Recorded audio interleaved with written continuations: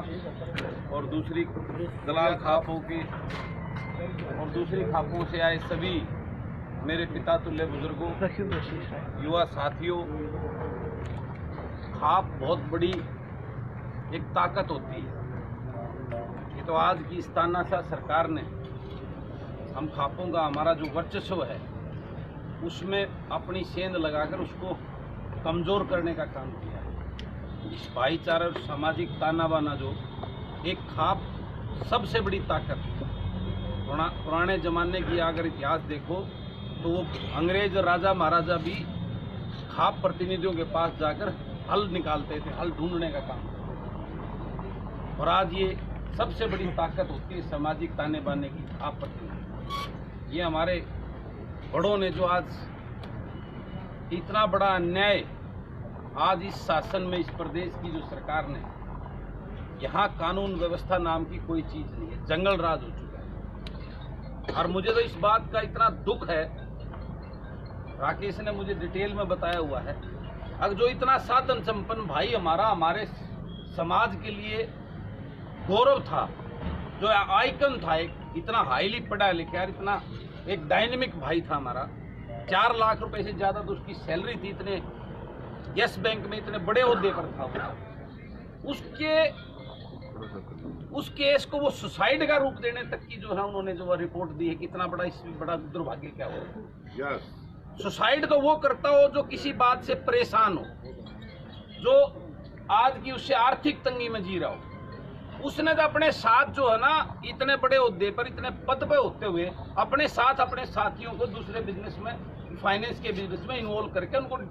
आगे बढ़ा रहा था। और इस प्रकार से एक हमारे इतने होनहार हमारा भाई जो बहुत ही आगे उसका उज्जवल भविष्य था, उसको इस प्रकार से सरेआम उसका किडनैप करके,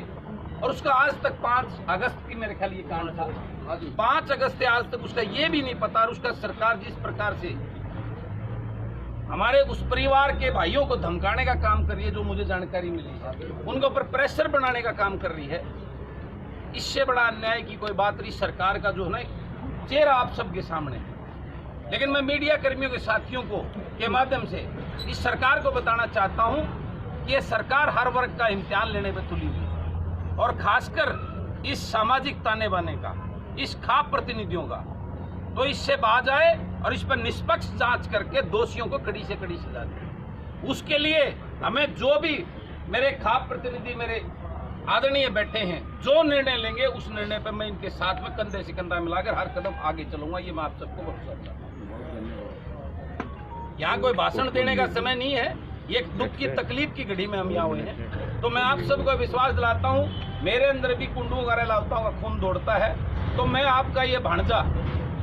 आपके इस न्याय युद्ध में जो भाई के लिए न्याय लेने के लिए जब भी मुझे याद करोगे, आपके साथ कंधे से कंधा मिलाकर आपके साथ खड़ा है। ये मैं आप सबको विश्वास दिलाता हूँ, सबको मेरी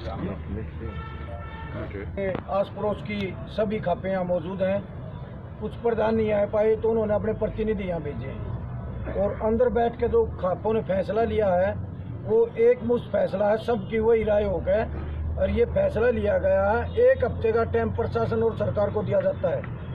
अगर 1 हफ्ते के अंदर या तो कातिल का पता कर लें या केस सीबीआई को ट्रांसफ़र कर दें।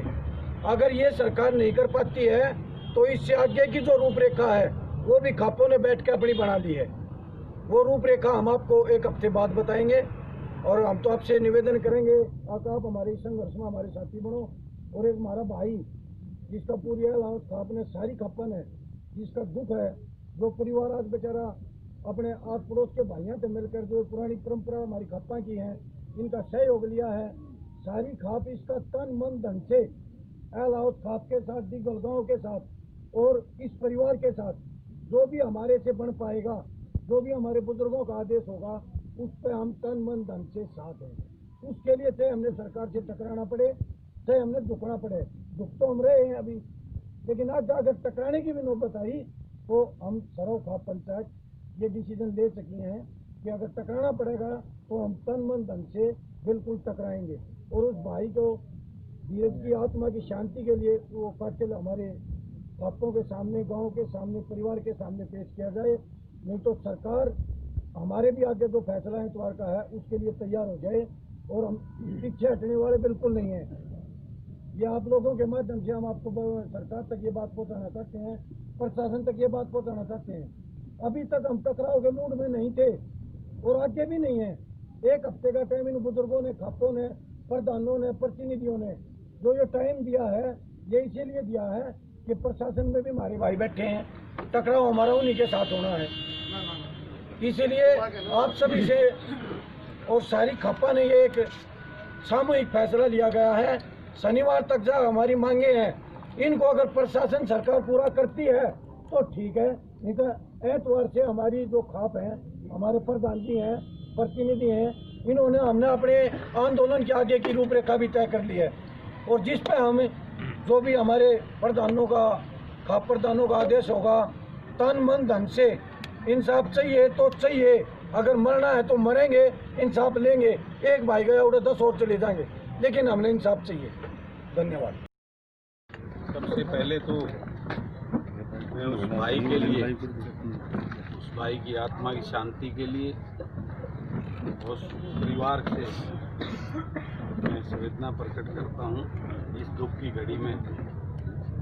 हम सब उनके साथ हैं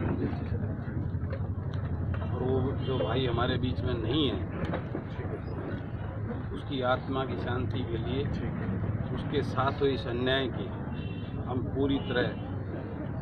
न्याय करवाएंगे और उस दोषी को कड़ी से कड़ी सजा दिलवाने के लिए सर्व समाज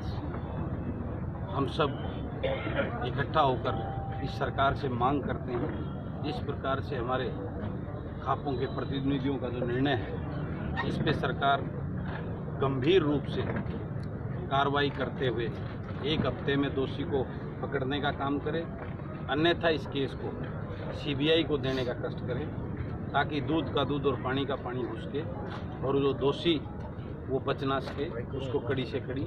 सजा मिले। किसी निर्दोष के साथ अन्याय ना हो और दोषी बचे नहीं, यही हम सब की अपील है, यही हम चाहते हैं। गुरु साहब, आप तो विधायक हैं, चुनिंदा 90 ये जो होती है वो अलग विषय पर होती है, लेकिन मैं परसों मैं पेटिशन कमेटी की मीटिंग में हूँ और उसमें इस प्रकार के मुद्दों के लिए वो लगाया जाता है। मेरा अपनी तरफ से उसमें जो है ना, मैं परसों सबमिट करूँगा और मुख्यमंत्री को और डीजीपी को और गृह मंत्री को मैं स्ट्रॉन्ग लेटर परसों इसके लिए लिखूंगा कि जल्द से जल्द ये सब कार्रवाई करें, अन्यथा समाज की खापें इसमें कोई